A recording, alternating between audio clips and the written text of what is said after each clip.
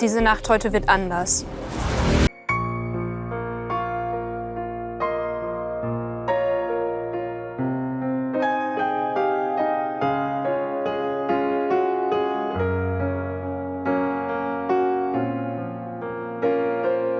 Grinst du jetzt? Auch weil ich an Sex mit dir denke. Well, that's how I feel after watching this episode, okay? Like I'm bleeding. Hi everyone, welcome back. Hello. We don't know how to start this. We are also very sober. And that's Jules, by the way, and I'm Pep. Hi. I never introduced myself. So we're Jules and Pep, and we are now, from now on, gonna react to Princess Charming. Together. Alright, so should we just start? Yeah. Okay. Iri, Britta, Sarina, Elsa, Johanna, Miri, Jana, Kati, Jea, Biene, Lou, Saskia und Vicki. The episode starts off with a new morning, everyone's getting up and getting ready, and Britta is asking Elsa a very interesting question. Glaubst du, dass hier Leute gehen werden, weil sie sich verliebt haben, aber nicht in Irina? Ich glaube, dass sich hier Leute verlieben könnten, außerhalb von der Situation mit Irina, aber ich kann mir nicht vorstellen, dass sie gehen, deswegen. Ja, das wäre doch, also das finde ich ehrlich gesagt unfair. Ist es auch.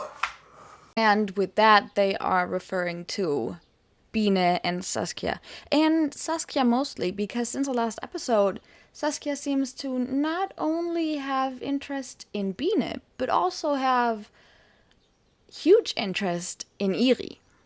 Biene, du kannst gerne meinen Platz einnehmen, ich gehe jetzt duschen. So, Frauenwechsel. And in the meantime, Irina is already coming over to the villa, because if you remember, in the last episode, Elsa said that it's her birthday the next day. So Irina's coming over with a little birthday cake. Alles Gute zum Geburtstag. Danke. And while everyone's happy to see Irina, Elsa is not feeling too good. Und wie geht's dir? Geht so. Geht so? Bisschen emotional heute. Britta, however, is feeling very good. Als Irina reinkam in ihrem Sportoutfit, dachte ich, oh ja, ich will sie eigentlich nur zum Schwitzen bringen. Sollen wir mal 5 Minuten uns irgendwo hinsetzen? Emotional? Schon geheult. Echt? Ich glaube, ich habe einfach hier gar nicht den Raum, um meine Gefühle zu ordnen. Und das belastet mich. Homegirl, I'm starting to like her. Now that she's crying. But no, that seems genuine. Ich kann es gar nicht beschreiben. Es ist irgendwie so anstrengend. Das ist irgendwie intensiv von den Gefühlen her. Ich kann damit gar nicht umgehen gerade. Gestern Abend konnte ich damit schon nicht umgehen. Das ist so. Ja, das hat man dir auch ein bisschen immer. Bei mir ist es voll schnell so, dass wenn ich merke, jemand hat so Interesse an anderen Menschen, dann bin ich so, ja okay, dann halt nicht, dann gönn dir, nimm die anderen, brauche ich nicht. Ich kann jemanden, so in meinem Kopf ist so, ich kann jemanden haben, der nur mich sieht. I don't like how she's looking at Irina. Like, I don't, like, to me she's not likable, but in those confessionals, Yep. I'm like, Oh, honey.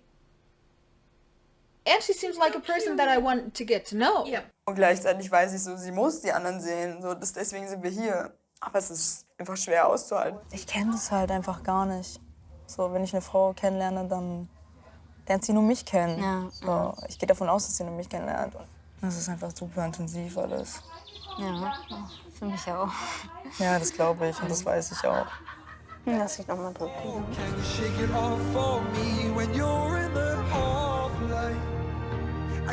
So after that little talk, they get back to the group and they all have cake for breakfast, which is kind of perfect. And they talk about random things, like how they start their days. And Britta is being Britta again. Die ist kalt, das sehe ich. And after that very cute start into a new day, Irina invites 5 of the contestants to a sports date. Die Sarina, die Iri, die Britta, die Vicki und Gea. Danke. And with that, the 5 chosen ones get ready and after a while arrive at their date. Das erinnert mich an alte Zeiten. Alright, and first thing Irina does is splitting up the teams. We have Britta, Vicki, and Gea in one team, and Irina, Iri, and Sarina in the other team. And they are gonna compete in a relay race against each other.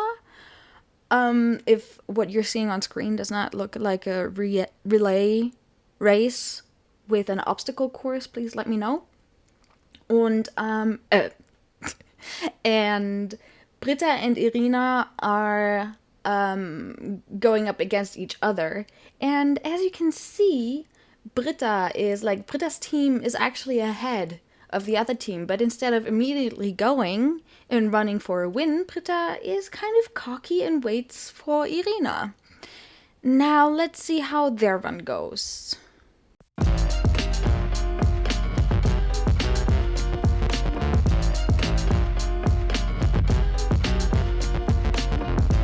Als Irina vor mir gelaufen ist, ist mein Blick dann doch etwas nach unten gewandert.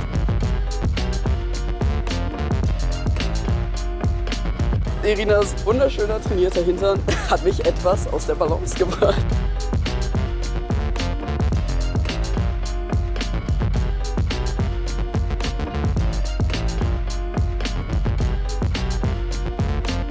So after that, they hang out, they have a few drinks, and they talk, and we get to know Vicki a little bit better. She tells us that she is a rapper, which we already knew. She's also a dancer, and she writes poems. And hear me out. I really tried my best translating that poem. I think I cannot do it justice. It is really intense, and maybe seeing our reactions helps you understand kind of how intense it is. I'm gonna cringe. Even if it's good, I cringe. Das ist ein sehr emotionales, aber schönes. Ich wollte mich niemals outen. Ich wollte einfach nur durch mein Leben laufen, unpolitisch. Doch das geht nicht. Denn jeder Sex und jedes Händchenhalten ist für euch kritisch. Wenn ihr mich also fragt, was ich von Outing halte, dann ist meine Faust eine geballte. Denn es geht um so viel mehr als Liebe, Sex und mich. Solange du so tust, als betreffe mein Outing dich. Ich träume davon und ich weiß, wir sind irgendwann da. Dass wir unseren Enkelkindern erzählen müssen, weil sie es einfach nicht besser wissen, was ein gottverficktes Outing war. Oh, I'm gonna cry. I did not cringe. Ich glaube, Menschen, die noch nie in ihrem Leben ein Outing hatten, können niemals nachvollziehen, wie sich das anfühlt. Weil man sich in dem Moment nackt macht und du musst immer damit rechnen, dass Menschen dich deswegen ausgrenzen. Dass du deswegen keinen Job bekommen kannst. Dass Menschen übergriffig dir gegenüber deswegen werden. And after this amazing performance, Britta unfortunately realizes that her elbow, which she fell on earlier, is starting to swell up and that it's hurting really bad. And so Irina and Britta sit a little further away with some paramedics that are checking Britta up. Ich im Fernsehen, wie ich da gefallen bin. Aber bist du gefallen? Ach so, als ich vor dir war? Ja. Okay. Bitch! That one moment that was the whole time when I was in front of you. Oh, wow. Mir gefallen, dass du mich geschlagen hast. Doch, ich mag das. Ich lasse auch ungern Leute gewinnen. Also. Well, you didn't. Klingt nach einer guten Hobby, würde ich sagen. Wenn wir uns da gegenseitig ein bisschen challengen können. Can we talk about this guy? Wie lange dauert das? Das frage ich auch. Wait, what? Ich glaube, Iri... Wenn wir uns da gegenseitig ein bisschen challengen können. Why? Ja. And At some point, unfortunately, Britta has to go to the hospital to get it checked out further. And luckily, though, Irina has a good message. Well, for one. Und zwar mit Sarina.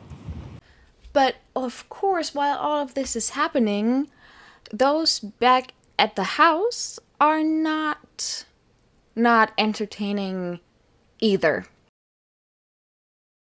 Because back at the house, they talk about things that you rather not talk about, like what are your boundaries? Is there anything you don't want to talk about? Anything you don't want to share? And stuff like that. And Saskia is pointing out that she will share everything and asks if they want to know about the story how she got her driver's ed teacher into bed. And let me tell you, she might be good at flirting, but she's really shit at telling stories because that's the story. Da saß eine und ich dachte mir, Alter, ist die heiß? Ich habe sie auf jeden Fall dann ganz stalkerig auf Facebook gesucht. Hab ihr dann geschrieben, dann haben wir zweimal geschrieben, dann haben wir uns getroffen. Und dann hat sie mich mal mitgenommen zu ihren Freundinnen. Dann haben wir krassen Sex gehabt auf jeden Fall. Hä? Das war die Sex-Story und dann hatten wir krassen Sex gehabt. Yep. And now that we know that Biene got jealous over that shit story, let's go and see what Irina and Sarina's date looks like.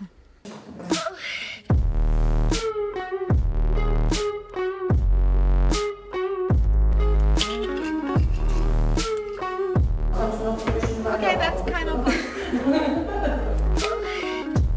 Forderst du sowas auch in der Beziehung ein? Also Massage auf jeden Fall. Okay. Come on, get to it. Das richtig gerne. Also Sarina zu massieren hat sich sehr schön angefühlt. War auch ein bisschen sexy. That part would be kind of sexy, even though if, I don't know, like Captain Eye Joe was playing in the background. Like that, it would still be sexy. Now editing it while sober, it doesn't seem that sexy to me anymore. I think we were just really drunk. LMAO. They start off with massages. First is Irina, and after that, Sarina's massaging Irina's back. And after that, they have a little champagne and they talk. And they also talk about Sarina's kind of coming out story. Just look. Hast du schon immer nur Frauen gedatet? Nee, das ist eigentlich eine mega krasse Story, das will ich jetzt irgendwie nicht auf dem Massagetisch so erzählen. Also Ja, okay, den musst du nicht. Da gehört halt viel mehr noch dazu. Das ist auch ein bisschen traurig. Na, aber du hast vorhin ein Thema angesprochen. Ja, meine Outing-Story. Okay, alle meine Freundinnen hatten halt einen Freund und ich dachte wirklich... Wie alt bist du da, wovon du gerade sprichst? Teenagerzeit ungefähr, also eigentlich immer, ne? Und ja, dann war es halt so, dass ich nebenbei was mit Frauen hatte, einfach so, das war fun. So ein bisschen rumknutschen, oder? Nö. Ach, schon mehr, okay. Ja. Okay. Darauf wollte ich auch eigentlich gar nicht hinaus. Genau, dann war es so, dass ich einen Freund hatte für 3 Jahre und dann war es auch so, dass er mir relativ am Anfang schon gesagt hat, dass er Krebs hat, also schwarzen Hautkrebs und ja, dann ist es halt wirklich so gewesen, dass er im Endeffekt gestorben ist.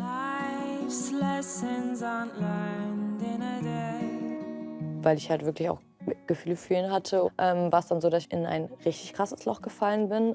Dann, wenn du immer tiefer in dieses Loch fällst, dann kommst du irgendwann an einen Punkt, wo du dann halt so entscheidest, okay, entweder du musst dich jetzt selbst aufgeben oder du musst halt weitermachen.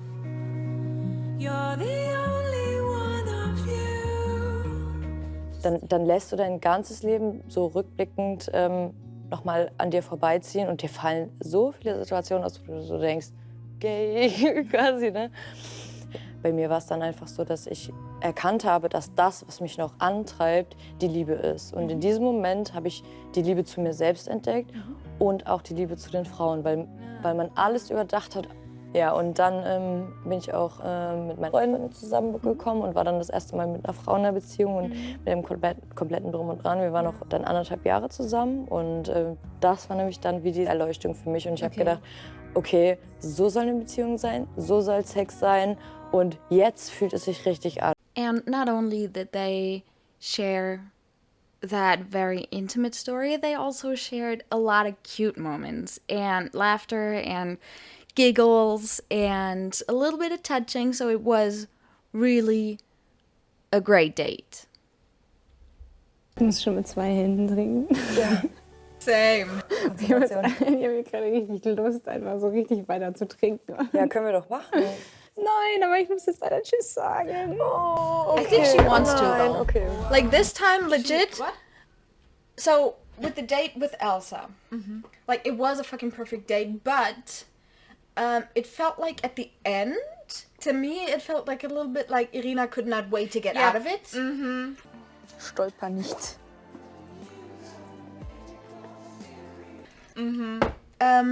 Which was weird because at the end, I think when Elsa said like, "Don't forget your little box," that was so fucking adorable. Ja, vergiss nicht dein Kästchen. But it was kind of awkward. It was because it seemed one-sided. Yeah, it seemed one-sided because Elsa was. That's what it seemed like. But now I feel like she's genuine. She genuinely wants to spend more time with her. Yeah, and I like that. And with that, another adorable one-on-one date ends.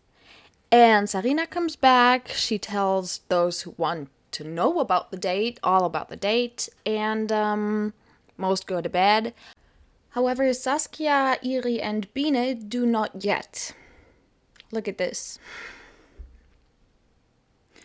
So, as you can probably imagine from how opinionated I was last episode about Elsa, Jules and I, we had opinions about this.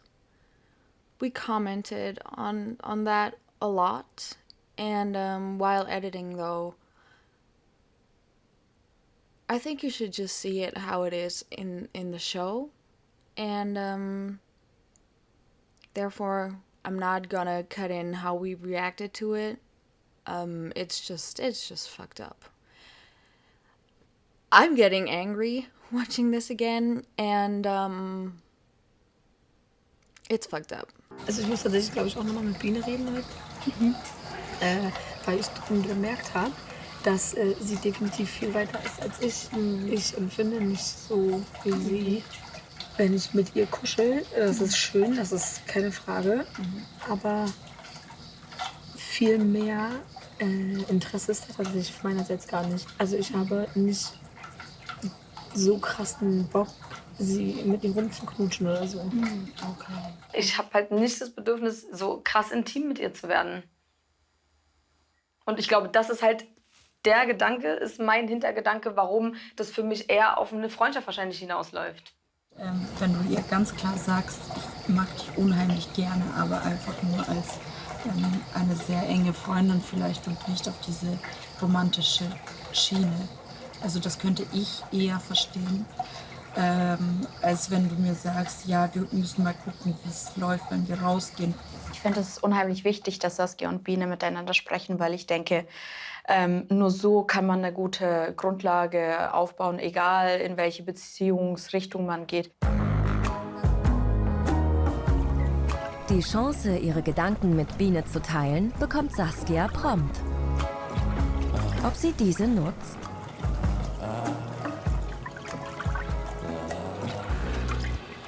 Hi. No?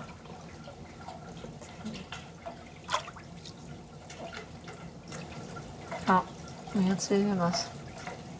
Ich weiß nur leider nicht mehr was, beziehungsweise ist es Champagner an der Hauswand? Ach Mann, ey. Okay, genießen wir einfach kurz die Stille.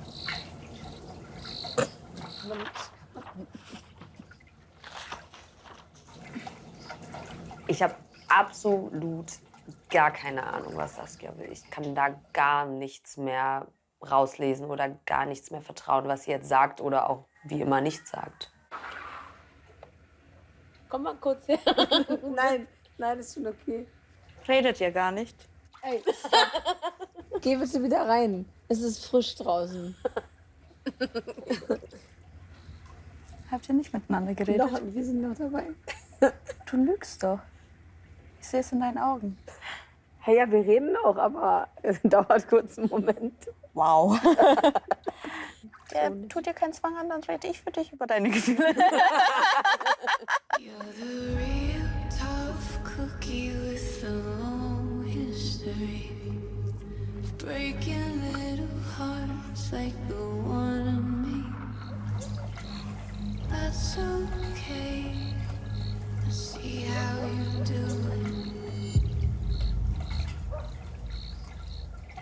Wow, wie lange sind wir drin? Ich hab einen Blackout. Ich hab keine Ahnung, was ich sagen wollte.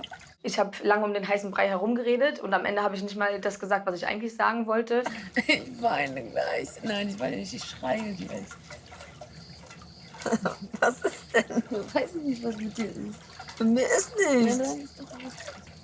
Jetzt waren wir beide am Pool und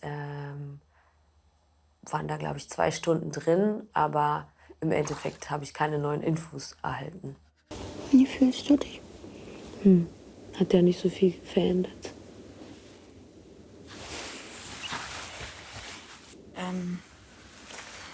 Ich glaube mal, wenn ich so vermitteln darf, ist Saskias Intention einfach, ja, dass die dich halt schon sehr gerne mag, aber dass es eben nicht in diese romantische Richtung laufen muss. Ist das der Sinn oder der Inhalt sein sollte, ist mir jetzt neu gerade. Also ich habe ja, als Iri mir ja mitgeteilt hat, was Saskia eigentlich denkt, da war ich ja so geschockt, dass ich mir alle Szenarien vorgestellt habe und einfach dachte, okay, sie will das jetzt geklärt haben, also das zwischen Saskia und mir, damit da freie Bahn ist. Wie fühlst du dich denn so nach dem Gespräch? Verändert, aber ich habe mich ja vorher auch schon nicht schlecht gefühlt. Darf ich was einwerfen? Ja. Das Wichtigste, was du eben vermitteln kannst, ist Klarheit. Das könnte ich, wenn du möchtest, könnte ich das jetzt halt mit meinen Worten verpacken und wiedergeben. Okay, habe ich schon gemacht.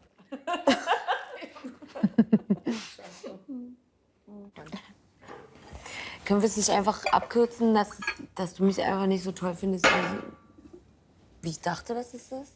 Ich finde es doch toll. Also ich meine, so toll, dass man sich auf einer romantischen Art datet und nicht auf einer freundschaftlichen Art. Aber wer weiß dann, ob es nicht so ist? Also ob das noch so Naja, wenn du jetzt nicht denkst, dass du dir das vorstellen würdest wie jemand anders, den du voll geil findest und gerne treffen willst und Sex haben willst und keine Ahnung. Also wenn das jetzt schon ersichtlich ist, dann sag es doch einfach.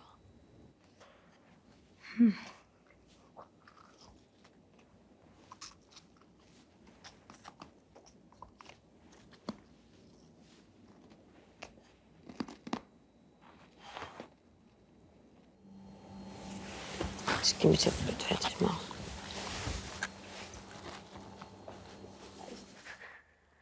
Ich will nicht schon wieder heulen.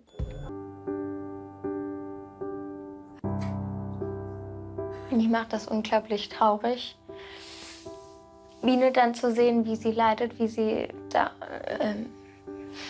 wie sie weint. I know it hurts, it's hard to breathe, so. And with that, the first day of this episode ends, and it feels like the longest day ever. Yeah. Next morning, new day. And although this episode has so far been the most frustrating,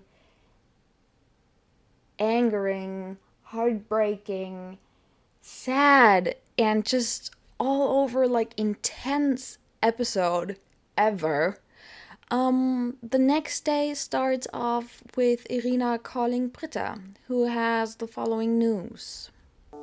Wie geht's dir? Ja, nicht so gut. Oh, ist es gebrochen oder? Ja. Nein. Oh, scheiße. Ich muss halt leider zurück nach Deutschland. Oh Mann. Tut mir leid. Einfach. Ja, es ist traurig, weil ich dich in der kurzen Zeit so gern gewonnen habe. Und ich hätte mich einfach so gefreut, wenn ich die Chance gehabt hätte, dich weiter kennenzulernen. Das ist einfach so scheiße, weil ich echt das Gefühl hatte, dass. Also, du bist so eine tolle Frau und ich wünsche dir einfach, dass du die Liebe findest. Und wenn ich es nicht sein kann, hoffe ich, dass du sie mit einem der anderen Mädels findest. Irina hat mir auf jeden Fall gezeigt, wenn es die richtige Person ist, wie schnell man sich doch verlieben kann.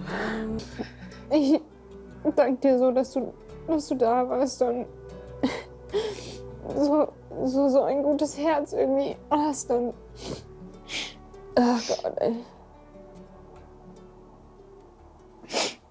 Dankeschön. Bis bald, ja. Bis bald, Britta. Ich denke, für mich wäre sie die Richtige gewesen. Ich wünschte mir, ich könnte ihr zeigen, dass ich auch die Richtige für sie bin. So hey, what should we do to cheer ourselves up after this? See what those at the villa are doing? I bet there everything is fine and happy and rainbows and glitter and not at all bitchy behavior, completely disregarding someone's heartbreak. Warum grinst du jetzt? Auch weil ich an Sex mit dir denke. Okay. Was hast du denn für Bilder im Kopf? Aber sprechen wir nicht. Hä? Warum? Zeige ich dir. Komm. Wohin? Runter. Wohin? Na, Bett. Oder Dusche, wo du willst. Kann überall. Who would have thought that I would miss Ulle at some point? And then Irina has to go to the villa and let the others know about Britta. But then finally the mood shifts and brightens up a little bit. Auf Britta. Also, okay. Auf Britta. Da oben ist So then they're starting to party to that I wanna dance with somebody, dance with somebody.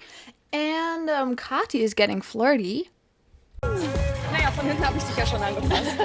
War wieder offensiv, flirty und touchy. Ich habe sie an der Hüfte berührt, am Bauch. Oh, ich weiß gar nicht mehr, wo meine Hände waren. Und jetzt möchte ich auch gerne ein bisschen erfahren, warum ich bis jetzt immer noch nicht eine Zweisamkeit mit dir hatte. Wir hatten doch ein bisschen Zweisamkeit. Na, nur ein bisschen. Ich erwarte noch, gut, damit wir reden können. And because Vicki knows how to please the queers, she finally makes Irina get a little wet. Ich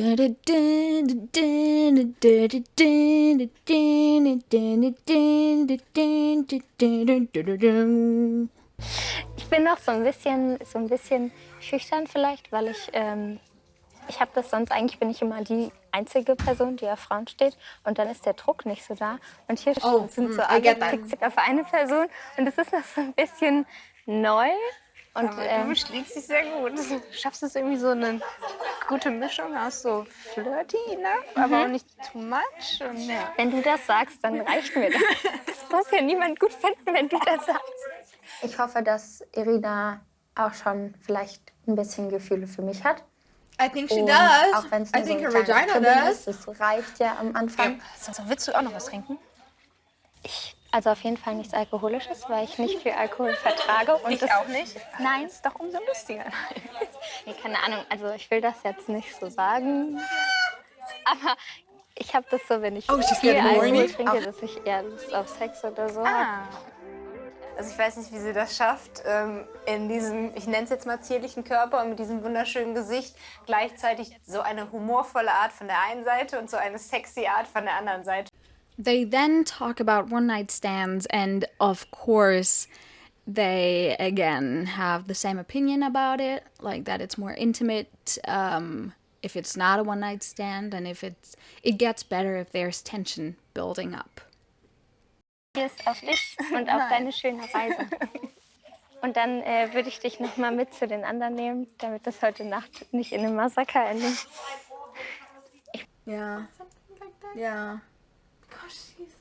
And I think, honestly, I think for Irina, that is the biggest issue. If she was like that at 25, Irina would have picked her and gone off. Yeah. Like, that would have left Totally. already.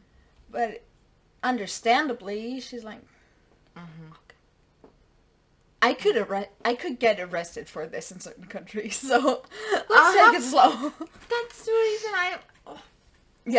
Yeah, totally. I love their connection, though. I love watching them just talk. It's so energizing. But it's wholesome. And It's yeah. Yeah. She's too young. She is very young. So after that really cute conversation between Lou and Irina, who both seem to take their time to develop feelings, Irina is talking to someone who already has a very intense crush on her. Fucking hell. Jesus, give me that wine. Ich habe das Gespräch mit Elsa gesucht, weil ich das Gefühl hatte, dass sie beim letzten Mal sehr emotional war. Und da wollte ich nochmal nachfragen, wie es ihr einfach geht. So Elsa's telling Irina that she does not feel she has a place to deal with her emotions and to let everything sink in, and it's really just overwhelming and intense and a lot. And she is a very monogamous person, so seeing Irina flirting with many other women is kind of hard for her. They make out, and after that talk and making out, Elsa feels better. And after that, Irina heads to Miri. And their conversation, too, is really cute. It's about Irina asks Miri if she experiences being friend-zoned a lot because it is so easy to get along with Miri. She says that she can imagine it's hard for her because people often want to be friends with her, which is kind of a compliment, but also not. And, but yeah, their talk goes well. It's cute. And Iri heads back to her place to think about who she's gonna kick out. And look how fucking cute she looks wearing those chill out clothes. So now it is time for the elimination. And oh my god, Kathi and Biene look so fucking good. Wer darf die Kette behalten?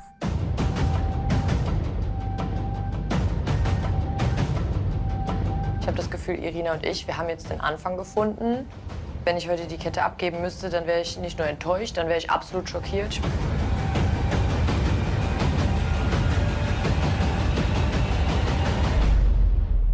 Ja, wir haben schon vieles zusammen erlebt, viele actionreiche Momente und auch schon viele emotionale Momente. Und jetzt versuche ich herauszufinden, wer wirklich zu mir passt. Auf dieser Reise kann ich leider nicht alle mitnehmen. Diese Nacht heute wird anders. Oh shit. Ich bin mir sicher, dass heute einige Tränen noch fallen werden.